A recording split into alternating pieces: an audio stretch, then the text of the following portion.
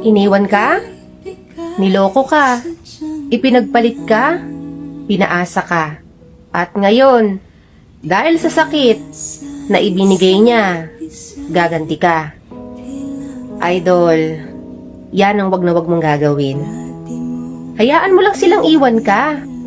Hayaan mo silang talikuran ka. Hayaan mo silang kalimutan ka.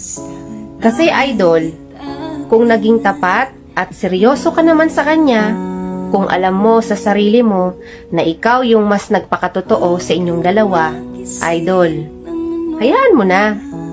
Kasi alam mo, kapag siya naman yung niloko ng bago niya, kapag iniwan siya ng taong pinili niya, sigurado ako, sa puntong iyon, maaalala ka niya, mamimiss ka niya at kakamustahin ka niya.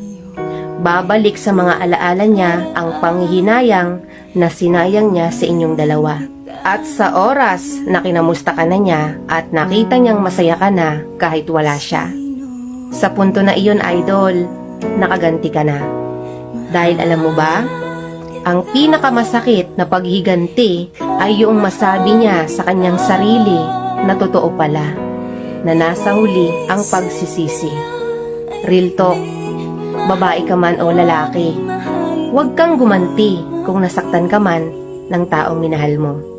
Hayaan mong konsensya niya ang gumanti para sa'yo.